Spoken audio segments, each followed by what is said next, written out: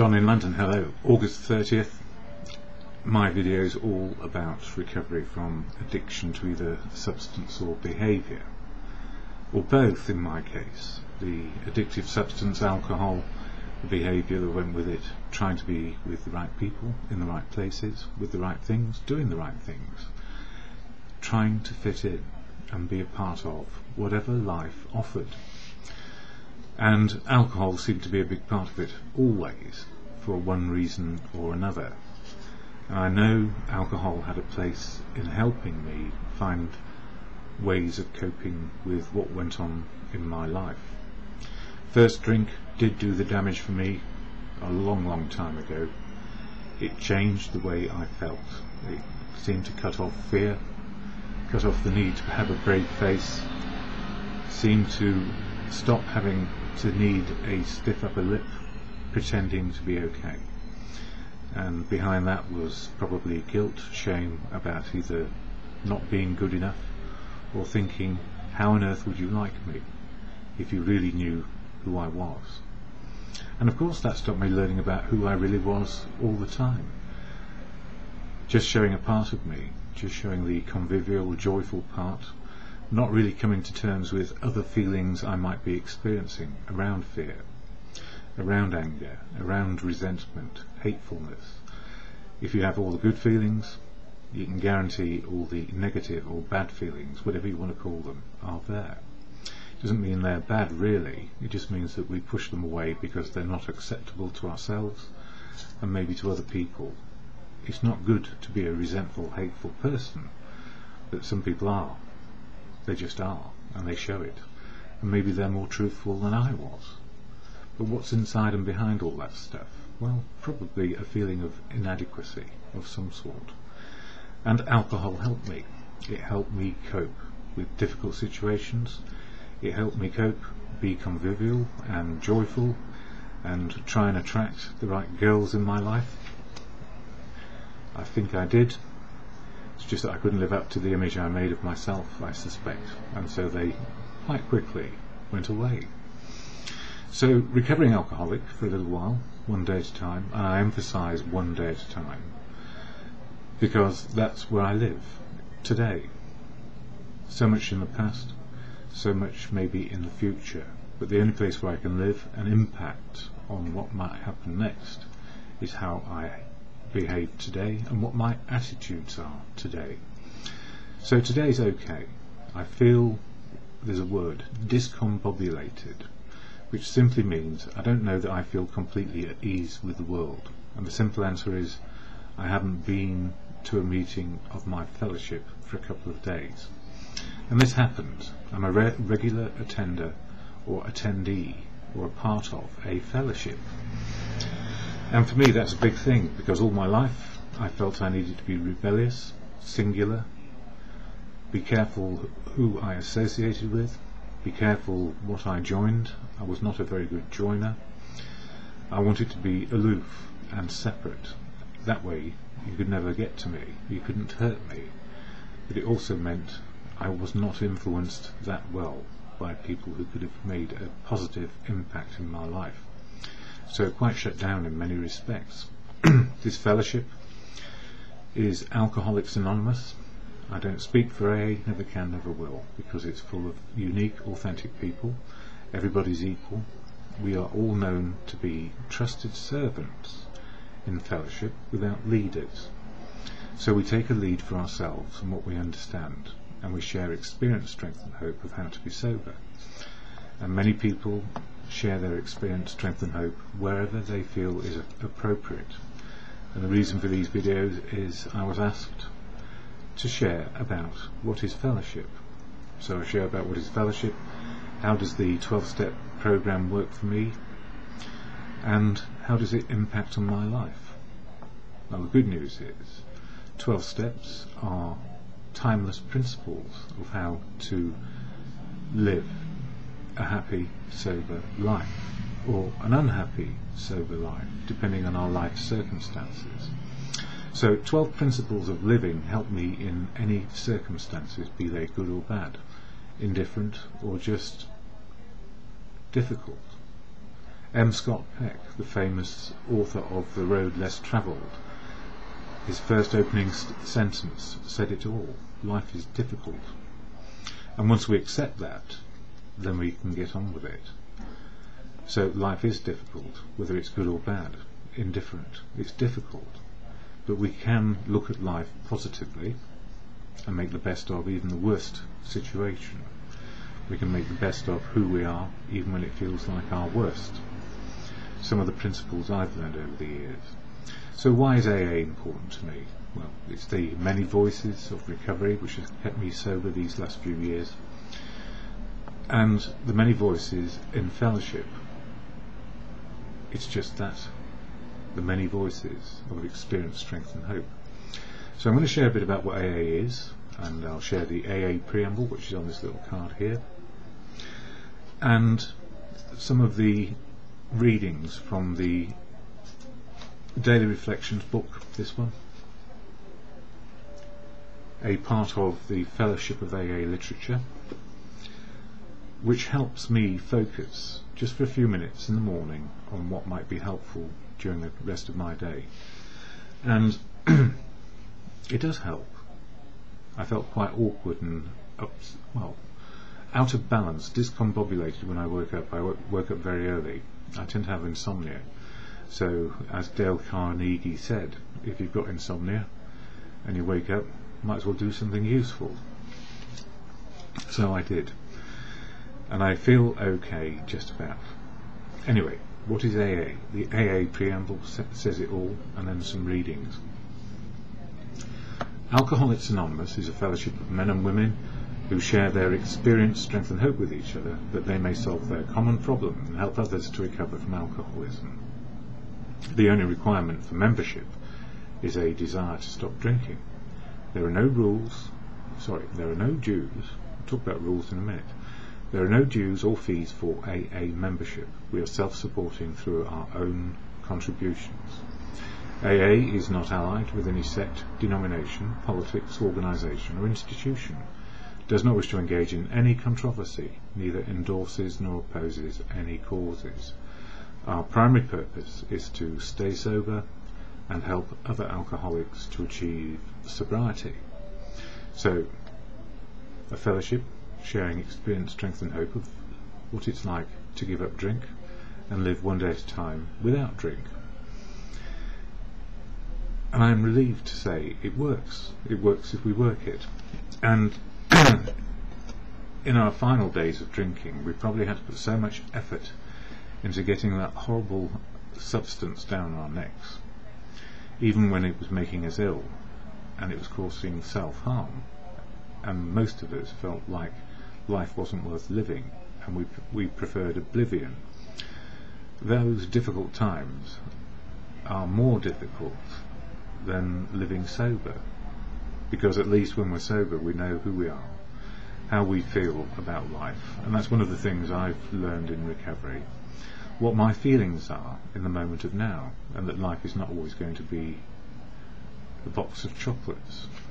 So some of the readings for today, and it's August, I didn't mention this again, this book, Daily Reflections, 1 page a day. It covers the 12 steps and 12 traditions in the readings, so that it provides us with a bit of nourishment to remind us about the 12 steps and 12 traditions and how they work in our lives, which is why I call these videos Steps in Action. Every day, once you've got an understanding of the steps, you will be influenced to the good of living sober. And that might seem like a horrible and hateful way to live life if you've been used to drinking and it's got out of hand and you cannot stop. Only you can say you're an alcoholic. I can't say you're an alcoholic. Only you know what you are, and if it's appropriate for you to try and get sober and see how it goes. I was a very bad learner, and why not? I was being asked to give up my best friend, a substance, alcohol, always there when everything else failed. And then it failed me, or rather I was overcome with addiction, and then I couldn't cope at all, and I wanted to end it all, but I kept on waking up And that was a terrible situation, to the point where, a moment of clarity, I realised I cannot stop on my own, and I cannot imagine life getting any worse than it is now.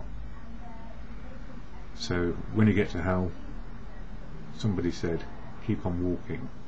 I think it was Winston Churchill. So, what makes it work for me? And I sigh and take a deep breath and say, sober life is just one day long, and then the rest of it will happen as it may. Now, it's not fatalistic, it's just saying, if I make the right decisions today, life will keep on happening in a positive way, even though negative things may happen along the way. There are no guarantees, and if we're looking for guarantees, there ain't none. So what of the AA Daily Reflection for today? It's August 30th, coming to the end of this month, and Step 8 and Tradition 8. And Step 8 is all about making a list of amends and being willing to make them all. And the tradition is about AA being non-professional. We remain non-professional. We're a fellowship, a society of people who are learning all the time. It's a true, in the jargon, learning organisation, or rather learning fellowship, learning society. We are loosely organised and nobody's telling us what to do. This is so important, if you're coming to recovery, to know that nobody's going to tell you what to do. And here's one of the reasons why. In the daily reflections for today, the only requirement: at one time every AA group had many membership rules.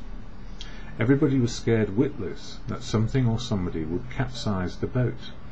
The total list was a mile long. If all those rules had been in effect everywhere, nobody could possibly have joined AA at all. And that comes from a book called The 12 Steps and 12 Traditions. It goes on to say, I am grateful for that third tradition, only requires of me a desire to stop drinking. I've been breaking promises for years. In the fellowship, I didn't have to make any promises. I didn't have to concentrate. It only required me attending one meeting in a foggy condition to know I was home. I didn't have to pledge undying love. Here strangers hugged me. It gets better, they said, and one day at a time you can do it. They were no longer strangers but caring friends. I asked God to help me to reach out to people desiring sobriety, and to please keep me grateful. And gratitude is all part of what it is, how to be grateful for what we have. And that might seem a bit strange coming from a person like me who didn't understand what gratitude was. People would say thank you for the things I did for them, and I would say thank you back, but I didn't really see me as giving people something that was useful, because I had low self-esteem and a very thin ego covering up a fairly fearful person who was never sure of where they stood with anybody, even myself. So this thing of the only requirement is a desire to stop drinking. It's a desire to stop drinking. And even at my first meeting, I didn't have a desire to stop drinking. I was pushed with great velocity by a very concerned sister who said, go in there and sort yourself out. So my first meeting, I ran away to the pub, having said I am an alcoholic. But it was a shock to the system, and it took me a while to get back. Now, there's nothing wrong with being a poor student at all, but if we are willing, open, honest and willing, and that takes a little bit of time, the fog has to clear. Open, honest and willing to change on a daily basis. So the remnants of defiance and stubbornness were still in me, and I feel that is probably common to everybody who gets to a fellowship meeting the first time. I didn't have a blinding light of spiritual enlightenment. I had an enlightenment of the educational. Those bottles, by the way, are from the Gaucho restaurant across the road from where I live. Very posh restaurant here in Chelsea, London, England. And a bit later will be the bottles from the Bibendum restaurant, another famous one. The reminders of times past. I smile when I hear those noises, because there'll be more bottles being thrown away, and it's been a bank holiday, so there'll be even greater quantities of wine and beer and God knows what else has been consumed by people who can live with it, I hope, and it's still convivial and joyful and aids social networking. It doesn't for me anymore. I know if I were to start drinking again, I don't know what I would do. I just hope I don't. And if just for today, which is what it's all about, just for today, I am sober, remind myself how to be sober, go to a meeting of the fellowship and listen and share if I feel like sharing, then life will be okay today, and I can build on that. And each day is a building block, so we keep learning and learning and learning. So life without a drink, we get to know what our feelings are, even if we're not sure we want them. So the most important part of that reading for me, there are no rules, laws, regulations which govern my conduct. I need to learn how to be the person I am, open, honest and willing, and to be in fellowship in unity, service and recovery. And around that we will interpret the 12 principles, 12 steps and the 12 traditions, which are also principles. Some people see them as spiritual principles. And the good news is, if we're sober today, we are living a spiritual life. And even when we weren't sober, we were still living a spiritual life. Everything is spiritual. It's the quality of the experience that we're having which maybe is important to us. So I suppose alcohol served a purpose in my life. It got me to a point where I couldn't do it anymore. And then I really had to find out who I might become on a daily basis. So no rules, laws or regulations govern the individual. It's a personal code of conduct which we develop and understand for ourselves. And generally those 12 steps and 12 traditions unify our outlook of purpose, which is just to be sober, and then build on what life can be or can't be a day at a time. So my thoughts today, yes, it's interesting. A good restful bank holiday weekend for me, including 2 days without a meeting. Lovely conversations with family. How am I feeling? Am I hungry, angry, lonely or tired? Not sure. And I am not sure. That's why I say I'm discombobulated. I'm not sure. Usual routines missed, and I know regular routines are important to me. That which it also includes for me prayer and meditation, and I mean that in the nicest possible way. Not to invite you to believe in anything or not. I pray and meditate because it's good for me. Around steps 1, 2 and 3. Step 1, powerless over alcohol, and if I took a drink life would get unmanageable. I'm also powerless over people, places and things, but in that I can change and have my freedom of choice based on real life situations. I can say yes and no as I see fit and understand my circumstances. Sober head makes it possible to do that. And step 2 is doing the same thing over and over again and expecting a different result. That's insanity. It would be insane for me to go back and drink again and fall into the same old patterns of covering up, having to argue the case. Why am I drinking? Is it better or is it worse? I know it will be worse. I had 35 years of experiencing the worst of it. But I'm an addict or alcoholic in recovery. So never say never. Never say never to the next drink. It's only an arm's length away. Or in the blink of an eye, I could pick up a drink and then wonder why on earth I did it. And then step 3, let go and let good things happen. Let go of being right. Let go of being wrong. Investigate. Yeah, no contempt prior to investigation here, hopefully. And working on understanding where everyone is coming from in solutions and make sure I'm included in something. I'm not isolated and alone.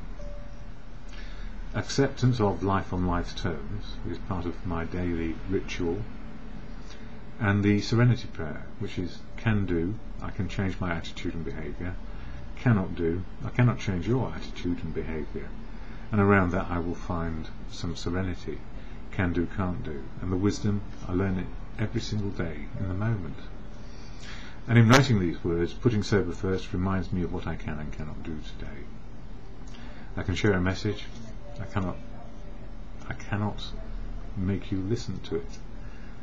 I'm going to just share a message, and that's as simple as it gets. In as much as I can do that, get to a meeting and listen, be early for the meeting, so I get to the meeting before the meeting. That's the hello to everyone I know, and just shake hands, give people hugs, be a part of. How was your weekend? Just the normal social stuff. Then the meeting where I can listen to another person share, or it may be me sharing if somebody asks me to do the startup. And also the meeting after the meeting. Often I'm last to leave a venue with one other person because we've got stuck in a conversation about something which is either important to me or them, or both of us, around what is going on. And I love it. But sometimes it means the meeting, which is an hour long or 90 minutes long, becomes an afternoon or an evening. And I have the luxury of being able to do that quite frequently. And it helps me gain perspective on my life, and the lives of the people around me, and the lives of the people I love. Share, experience, strength and hope. Be loving. Know the many voices in recovery keep us sober. And this is so important to me. It's always the many voices that kept me sober in early days. And I know if I'd relied on one person, I may have pulled them down, or over-relied on them, or become that horrible word, codependent, which means that one person may develop power over the other person. And it's an unhealthy relationship. I mean, the whole point of fellowship, it's interdependent. Equality, no rules, laws or regulations, but we are trusted servants in unity, service and recovery. It takes a while to get your head around that, and many times people mistake the role of sponsorship. Sponsors become almost like gurus, and I don't believe there is a single guru in fellowship. Everybody's a guru at some point in time, because they come up with a very good suggestion or solution, and it's the many suggestions and solutions on a daily basis which keep me going. Yep, and I see the need to help, asked and answered as best one person can, so I do what I can on a one-to-one basis, but know the limits. Know the limits, one-to-one, or be pulled down, swamped and useless. And the reason, there goes the bottles in the big wagon. I'm mentioning that because that's just part of what goes on around here. So lots of merriment this bank holiday weekend, and the carnival was just up the road. But this thing of, I see the need to help, asked and answered as best one person can. Know the limits, one-to-one, or be pulled down, swamped and useless. Because if we live to a formula which we then apply to everyone in terms of being a sponsor, we don't develop an understanding of listening and suggesting. And the reason why I say that, sponsors for me are there for steps, understanding the principles of the program, the steps and traditions. And traditions are not generally taken on board, but if we all took the traditions on board a little bit more fully, there wouldn't be so many arguments about what is going on. But we all develop our knowledge and understanding of steps and traditions as they are relevant to us, and many times that's when it's painful rather than helpful. But it becomes helpful because we don't fall into the same mistakes or traps or situations again. 12 principles to keep the individual going, the steps, 12 traditions to keep the fellowship going. And if they're really understood as they are, there are no bylaws, there are no laws, there are no violations possible. It's around personal conduct as a trusted servant, and we each work that out to good conscience. And also when we're in meetings or groups, our behaviour are governed by the group, who agree the boundaries around the group's behaviour. Now that's a different story on a different day. So this thing of swamped and useless, if we just take on more and more and more. I've done that before. Whenever I used to work more hours than I ever saw anybody else work. For whatever reason. I don't know that it was perfection, I just saw the need to do it. And I knew resources were always going to be scarce. So if I didn't do it, it wouldn't happen. What I didn't realise was that if I didn't do it, somebody else would, eventually. And I would have been better served doing just enough sometimes, rather than overstepping and putting my own future in jeopardy, which is what I did. Yes, to the point where I was useless to myself and everybody else. It's always the many voices at making the difference in fellowship, and that's it. You know, we could become an old time and we know a lot, but it doesn't help to know a lot if nobody else knows anything. So sometimes we have to sit silent and say to ourselves, well, the only way that this is going to be resolved is if people sit down and talk about it. And you can't tell people what to do. People need to learn by doing. It's the only way. That's how sobriety works. Learn by putting down the drink and seeing how life is so difficult. And then as we understand the difficulties, it becomes easier, to the point where life just flows. So the more we are included, the better it is. The more we exclude ourselves from life, the more difficult it is, because we stop learning. We stay the same and get stuck. And that's a tragedy in itself. There's no point in having knowledge and wisdom if you can't share it. And especially newcomers into the fellowship always provide the knowledge, skill, wisdom of wherever they have come from, plus their information about what it's like to drink and why we need not do it anymore. Everybody needs that reminder on a daily basis about the madness and the insanity of being an alcoholic not in recovery. And it's very difficult because the number of people who survive into sobriety is fairly small. Not because there's anything wrong with rehabs or the fellowship or whatever it is. It's just that addiction is so pernicious. It kills most who get to that point, and survival is not seen as that possible, either by the person who has the addiction or those people around them. And it's quite a shock when a person suddenly realises they can put down the drink and life can get better, but it might get worse for a while. It's like anything else, we have to learn life all over again in so many ways. And the horrible news is you get your feelings back, and the good news is you get your feelings back, and then your feelings start to fit the experience you're having today. There you go. So no rules, laws or regulations. I know I bang on about it, but it's so important, because otherwise people will start telling each other what to do, and that will not work. It will bring the fellowship down faster than anything, or it will make people angry, resentful, and then try and impose their power and knowledge on other people, which is not on. So that's me for today. August 30th, I do feel slightly awkward and discombobulated. It'll emerge why, but I feel better for having said my piece. And it is about sharing a message that there are 12 steps and 12 traditions, and they do work if we work at them. We will never be perfect, and we're only making progress. And I need be very satisfied that I am trying and hope to go to bed tonight without a drink inside me. These are the basics of our program in fellowship. I don't speak for AA, never can, never will. Unique, authentic people on their life path. No one person has the answer. It's the many voices always in fellowship. And thank goodness for that. Otherwise, it would become like any other organisation, full of people trying to get position. And the only position in fellowship is a backside on a seat, listening or sharing, and then walking away feeling as we do. Hopefully our feelings fit the day, good or bad or indifferent, just as we may be. So the Serenity Prayer, which is heard at the end of every meeting of AA,